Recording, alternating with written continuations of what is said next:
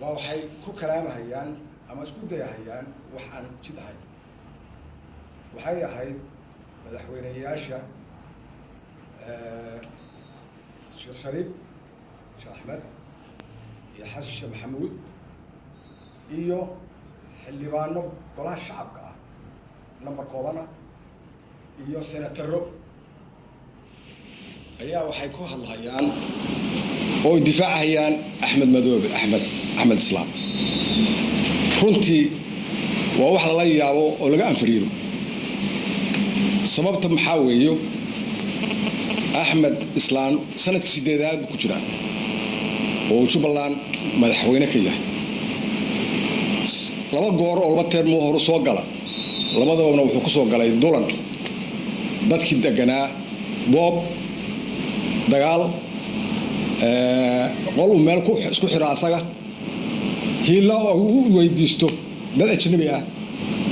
oo nin dadku dhan ay wada yaqaanaan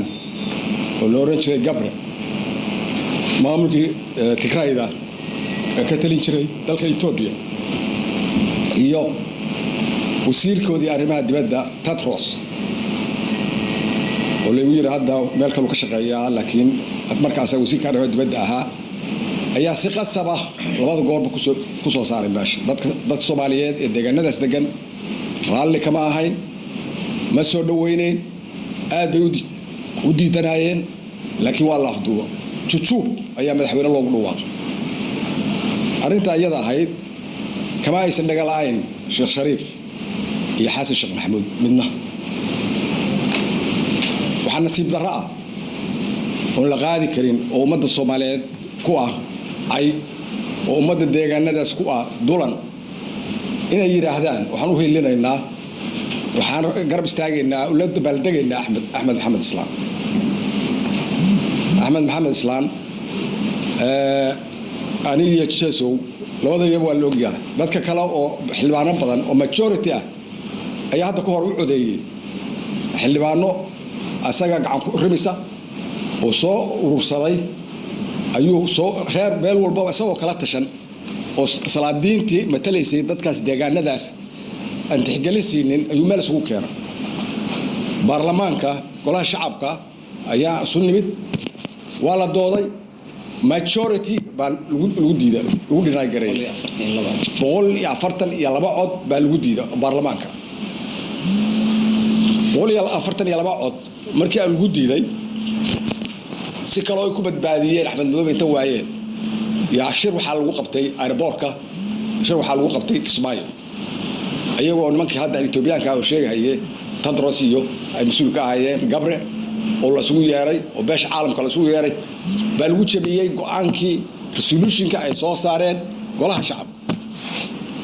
ilaa imika waa la hayaa faylashay ku jirtaa. Axmed markii saddexaad ayuu hadda wuxuu soo istaagay haddana dadkii inuu dulmo waxa ka dhaxeeya anaga oo hadday iscilaaqto hayaan iyo hadday isu tanaagoon hayaan ayaga iyo dawladda hadda ka taliso dalka madaxweyne iyo ra'iisul wasaare waa ayaga u taala. laakiin anaga waxaanu yeelayn marna aanan ogolayn oo aan ka aamusaynin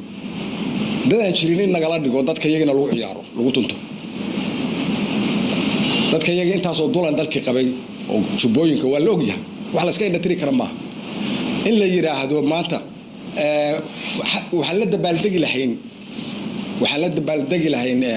Axmed Madoobe in la celiyo waa qalad. waliyaha baan idinku dhaarshay niman madaxweynayaal ahaa shala haddana madaxweynayaal rabo oo yey ka rabaan shacabka Soomaaliyeed bay ka rabaan shacabka ay ka rabeen waxay leeyihiin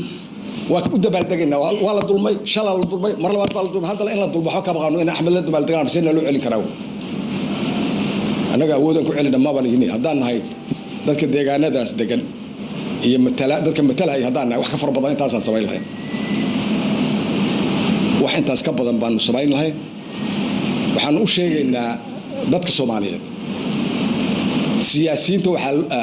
aan ahaan jirtay oo laga rabaa siyaasiga inuu dadka u cadaalad falo haddana waxa la rabaa dadka haddii la dulmay oo la dulmay oo mar kale la dulmay maya hadda ma yeelini inay yiraahdaan صح markaan diidnay inay yiraahdaan waa ku dhiiran yihiin haddana cod bay rabaan war codka yaa laga rabaa shacabka Soomaaliyeed baa laga rabaa ma qaadanayna annaga ma ogolin haddii dadkaas lagu tumanayo annagaa diidnay in lagu tunto annagaa ka hadlayno meel walbana annaga u istaagayno ilaahay idankii hadday noqotona bari mid ka badan ka ballaaran midkaan baan samayn doonaa inaad ka soo qayb gashaan baan rabnaa waxaan isugu yeeraynaa wax la wax media hataa TV-yaasha ajnabiga baan u yeeraynaa ma ogolin dadka iyaga lagu tunto ma ogolin deegaanada iyaga lagu tunto ما أوكي dadka iyaga beec maaha dalka iyagana beec maaha صح dalka iyagu beec maaha dadkiisuna badeeca maaha badeeca maaha haddii wax kale loo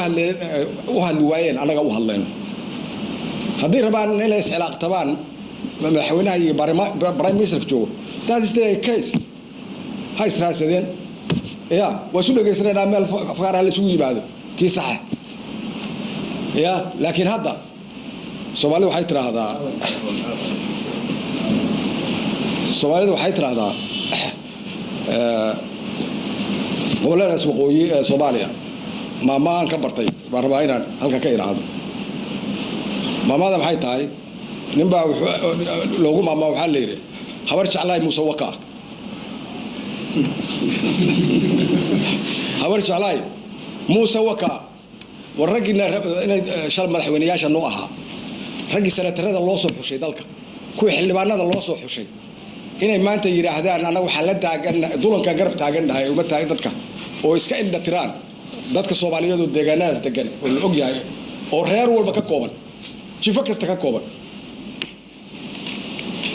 dan kabalihiina waxaan garab taagannahay inay yiraahdaan dulanka iyo Axmed Madoobe